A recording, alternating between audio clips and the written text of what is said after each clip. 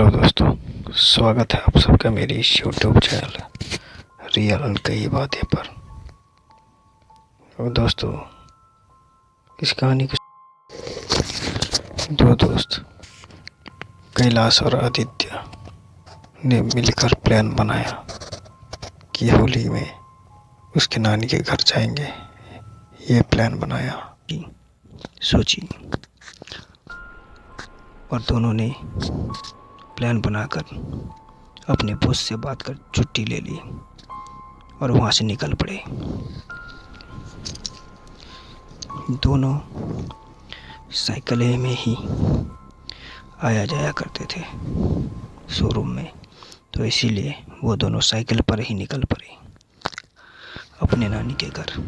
उसका नानी का घर, कैलाश का नानी का घर लगभग वहाँ से 50 किलोमीटर दूर था, मगर वो दोनों ने कहा था कि साइकिल में जाने का मज़ा ही कुछ और है, हम लोग गाड़ी में नहीं जाकर हम लोग साइकिल में ही जाते हैं। एक ही साइकिल पर दोनों सवार होकर निकल पड़े। रास्ते में कुछ देर चलने के बाद, 2-3 घंटे चलने के बाद,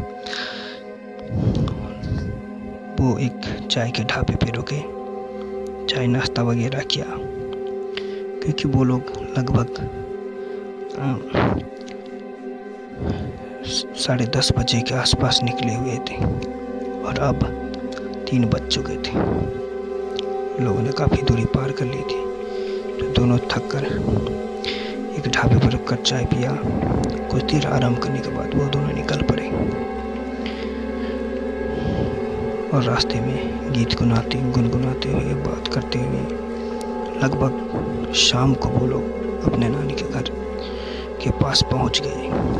तो आदित्य ने कहा कि भैया, ऐसे भी कल होली ही है, तो ऐसा हम लोग क्यों ना करें कि हम लोग आज ही पार्टी मना लेते हैं और कल भी मनाएंगे, ऐसे भी शाम तो अपनी ही है। तो इस बात पे कैलाश ने सहमति जताते हुए कहा, अच्छा ठीक है, तुमने अच्छी आइडिया दी है, यही तो मौका है, मौज करते हैं।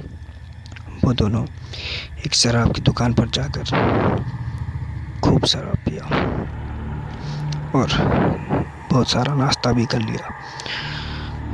वो अपने नानी के घर जाने के बाद उन लोगों ने ज़्यादा खाना भी नहीं खाया, क्योंकि वो लोग उस दारू की दुकान में ही बहुत सारा खाना खा चुके थे, नाश्ता कर चुके थे। इसी वजह से उन दोनों ने खाना भी नहीं खाया अच्छे से, क्योंकि उन लोगों का पेट पहले से ही भरा हुआ था और वो दोनों बहुत ही नशे में थे। वो दोनों जाकर खाना खाकर सो गए।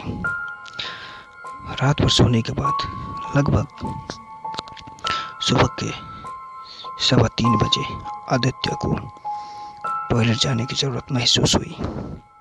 तो आदित्य यूं ही थोड़ा सा डरपोक किस्म का आदमी था, तो उसने डरते हुए कैलाश को उठाया। उसने कहा, भैया मुझे टॉयलेट जाना है, चलिए आप भी मेरे साथ।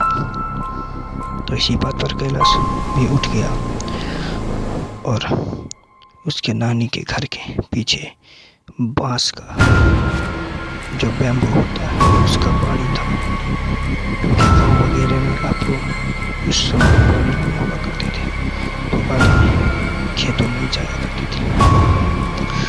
तो वो दोनों निकल कर उसके नानी के घर के पीछे जो खेत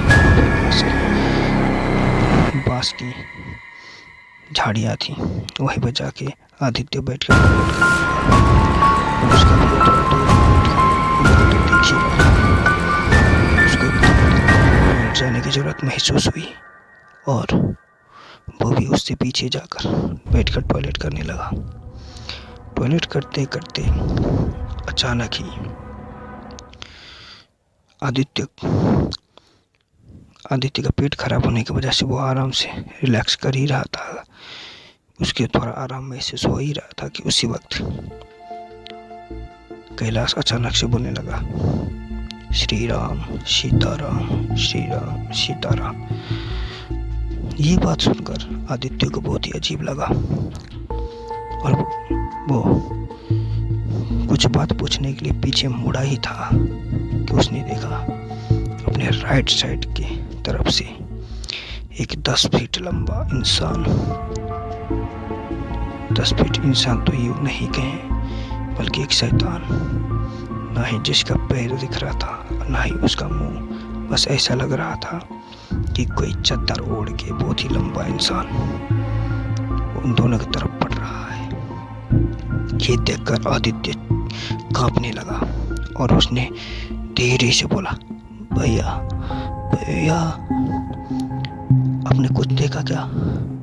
तो इसी बात पर उसका, जिसका नाम कैलाश था, उसने बोला गुस्सा होते हुए, अबे साले जल्दी कर, पानी लेके जल्दी से धो और भाग यहाँ से। इसी बात पर आदित्य ने जल्दी से पानी लिया और टॉयलेट करके, और कैलाश ने भी धोया और दोनों उठकर भागे और दोनों जाकर बिस्तर में छुप गए। आदित्य यूं की डरपोक आदमी था, एक डरपोक था कुछ ज्यादा ही। कैलाश थोड़ा हिम्मत वाला था। तो आदित्य कांपने लगा डर से और उसने बहुत मोटे मोटे कंबल ओढ़ने के बावजूद भी वो कांप रहा था। उसने पूछा, भैया क्या आपने कुछ देखा? तो कैलाश ने कहा, अबे साले कुछ भी नहीं था। कहाँ कुछ है, मैंने कुछ नहीं देखा। साला तू भी डरपोक है, तेरा बाप भी डरपोक। इस बात पर आदित्य को बहुत ज्यादा गुस्सा आ गया और उसने कैलाश को भी गाली दे दी गुस्से में आकर। थोड़ा देर में गुस्सा शांत होने के बाद में उसने कहा कि भैया मुझे पकड़ लो जोर से, मुझे बहुत ही ठंड लग रही है। यूं कि आदित्य एक डरपोक आदमी था, तो उसे बहुत ही डर लग रहा था। डर का मारे वो कांप रहा था। तो कैलाश ने उसे जोर से पकड़ के दोनों सो गए। सुबह हुई, दोनों ने मिलकर होली खेला। कैलाश ने खूब दारू पिया। जब शाम हुई तो कैलाश ने कहा कि भाई मेरा सिर दर्द कर रहा है, मेरा थोड़ा सिर दबा दो यार। तो इसी बात पर नाराज होते हुए आदित्य ने बोला कि साला कल शाम को जो हुआ, कल सुबह में जो हुआ, तुमने मेरी बात का समर्थन नहीं किया, मैं तुम्हारा सिर नहीं दबाऊंगा। तब जाकर उसने उस राज को खोला कि हाँ सच में वो एक प्रेत था। अगर उस वक्त में तुम्हें बोलता कि ये प्रेत है तो तुम उसी वक्त बीमार पड़ जाते या कुछ भी हो सकता था। इसीलिए मैंने इस बात को छुपाई।